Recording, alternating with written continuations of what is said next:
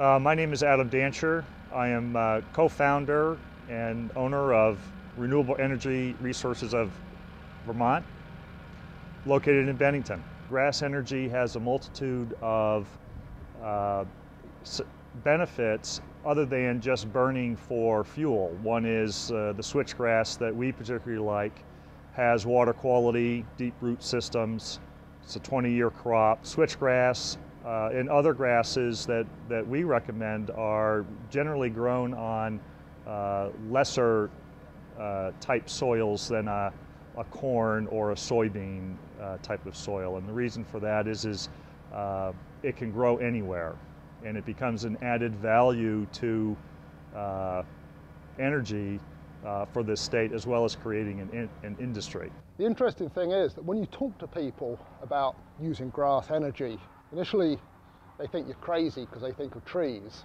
But then when you explain the benefits that you can grow the grass on underutilized land, if you plant an energy crop like switchgrass, farmers can increase their income from land that they don't typically use.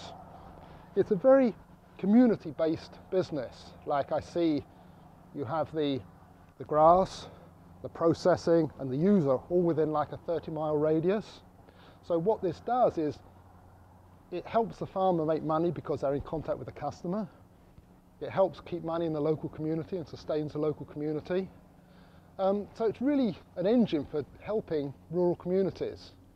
And the thing I like about it is that it is doing good, it's a sustainable energy, and when you talk to people and they begin to understand what the benefits are, people are very enthusiastic about it. As a biomass crop, I think one of the biggest benefits of these grasses is the fact that they're perennial sod grasses.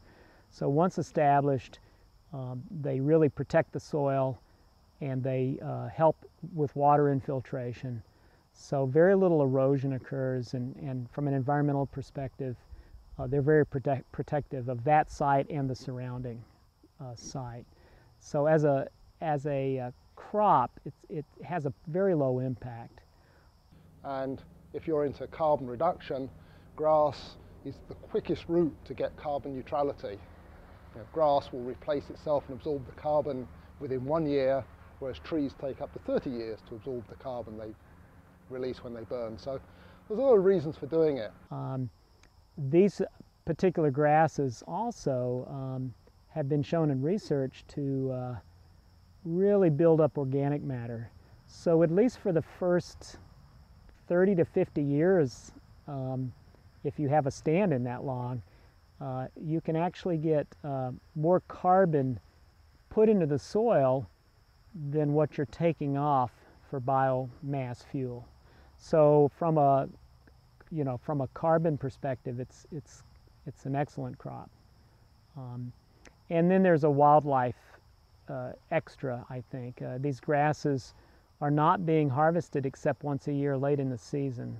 So they do have the potential to provide habitat for birds and other small critters that like to utilize those grasses for nesting or raising young.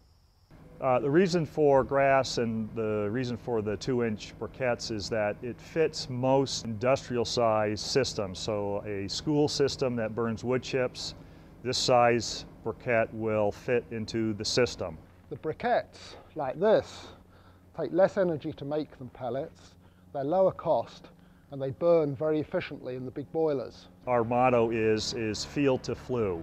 So we help with the establishment of grass, the compaction or densification of grass, and all the way to the boiler. All right, so all material that comes in to this machine starts here at the hammer mill. It gets processed through a set of screens, and this system is driven by air.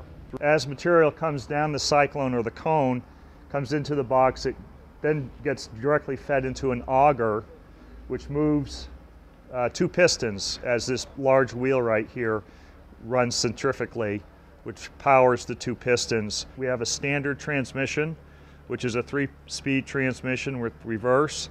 What we've done is we've put belts on the back and run jack shafts up to the front side of the engine to create a PTO driven system, which is what this machine has done. So this becomes a self-contained unit that we can trailer anywhere we want to go, and it's very economical at 2 gallons an hour. It's actually less than a tractor. So we create a 2-inch puck which is created with temperature and pressure from the piston movement, and it's a type of puck that can fall apart. We condense this down, densify this down to 35 pounds a cubic foot, and so it comes apart for the simple reason of moving through augers. So it goes into a storage pit, it gets augered into a boiler, and you want a material that will flex with the auger system so that you don't clog and break an auger system at a university or a school or wherever you're fueling this.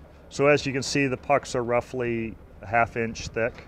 We like to see hay bales around 10 to 15% in moisture content. That will create roughly 15 million BTUs per ton, heat source, which is double what wood chips are. Ash content in all the paperwork that you read is somewhere between 3 and 5%. The customer that likes to utilize this are customers that are generally in an agricultural setting. They have land around them that creates a fuel security. That could be schools, elementary schools, high schools, colleges. We have many colleges that we're starting to sit down with and have very serious dialogue, because colleges own land and that land is not in use. They also are on a fossil fuel. Well, I hope to see more of this technology used in the state. I'd like to see small businesses being created that work with landowners to grow and then densify and sell these products locally. So to see this utilized and expanded would be really exciting. The reason we're in grass is that's a very underdeveloped business, so it appeared to be a good opportunity to start something new that could complement the existing sustainable energy things. So we see ourselves as a complement to the wood industry and providing a valuable, sustainable resource. And certainly as fuel costs go up, more people are going to really consider alternatives like biofuel crops, biomass crops.